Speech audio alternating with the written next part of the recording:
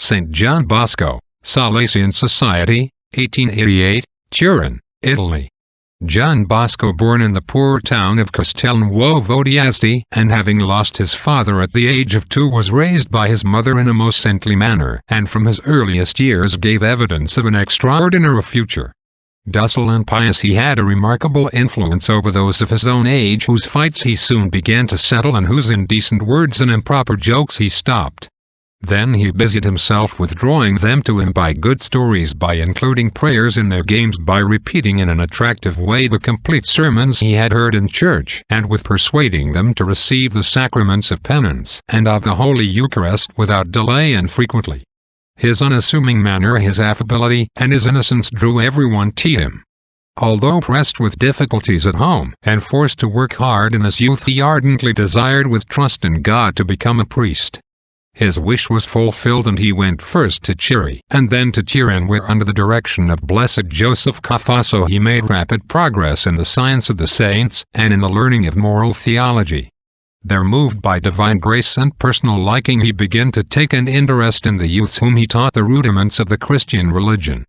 Their number increased day by day, and notwithstanding great and persistent difficulties, under divine inspiration he made a foundation for them in that section of the city called Valdoco, on which he began to spend all his energy.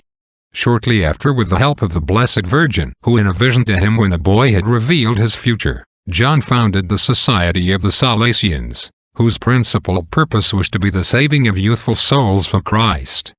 In like manner he founded a new family of nuns who were called the Daughters of St. Mary Auxiliatrix, and who would do for poor girls what the Salesian were doing for boys.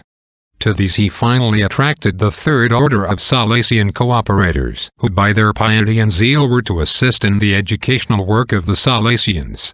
And so in a short time he made great contributions both to the Church and to the state. Filled with zeal for souls, he spared himself no labor and no expense to build recreational centers for the young, orphanages, schools for working children, schools and homes for the training of the young, and churches far and wide throughout the world. At the same time he did not stop spreading the faith throughout the subalpine country by word and by example, and throughout the whole of Italy by writing and editing good books, and by distributing the same, and in the foreign missions to which he sent numerous preachers. A simple and upright man, bent on every good work, he shone with all manner of virtue, which was fostered by his intense and ardent charity. With his mind always on God and showered with heavenly gifts, this holy man of God was no disturbed by threats, nor tired by work, nor overwhelmed by care, nor upset by adversity. He recommended 3 works of piety particularly to his followers: to receive as frequently as possible the sacraments of penance and of Holy Eucharist, to cultivate a devotion to Mary Auxiliatrix, and to be most loyal children to the Sovereign Pontiff. It should also be mentioned that John Bosco in very difficult circumstances went to the Pope more than once to console him in the evils coming from laws at that time passed against the Church.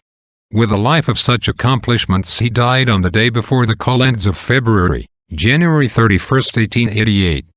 Illustrious for his many miracles, the Supreme Pontiff, Pius XI, beatified him in 1929. 5 years later, on the solemn feast of Easter in the 19th centenary of the anniversary of our redemption, he was canonized among a vast gathering come to the Eternal City from every part of the world. Amen. The reading of the Holy Gospel according to St. Matthew. At that time, the disciples came to Jesus, saying, "Who then is greatest in the kingdom of heaven?" And so forth. Homily of St. John Chrysostom. Do you see in how many ways the Lord leads us on to the care of our lesser brothers? Therefore do not say, "He is only a taxpayer, or a shoemaker, or a farmer," or that he is foolish, that you men in that way look down on him. So that you will not fall into such evil, reflect on how many ways he leads you to act humbly and take care of them. He placed a child in their midst and said, "Become like little children, and whoever receives one such little child for my sake, receives me, and who causes on to sin, will suffer the severest penalties. If therefore God so rejoices over a little one that has been found, why do you despise those for whom God is so solicitous, when you should trade your own life for one of those little ones? So great indeed is God's care for a soul that he did not spare his own Son. Wherefore, I entreat you, The first thing in the morning when we go out of the house, let us have in mind this purpose and this concern, to save someone in danger.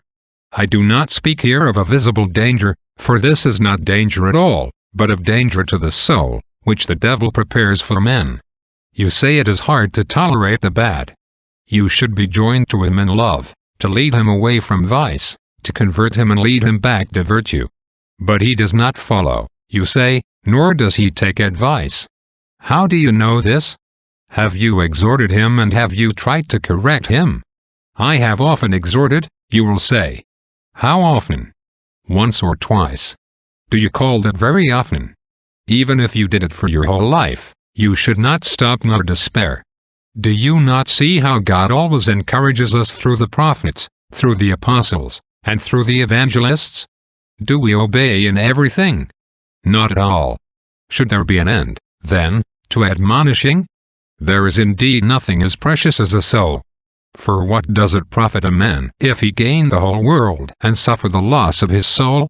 But love of money has destroyed and cast down everything. It has thrust aside the fear of God, taking possession of the soul as a tyrant occupies a fortress.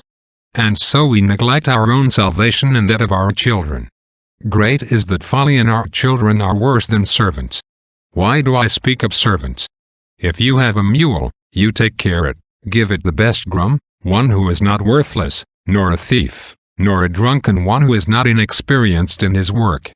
If, however, it is necessary to have a preceptor for your son, you take anyone you may meet by chance, and you give no thought to selection, although there is no profession greater than this one.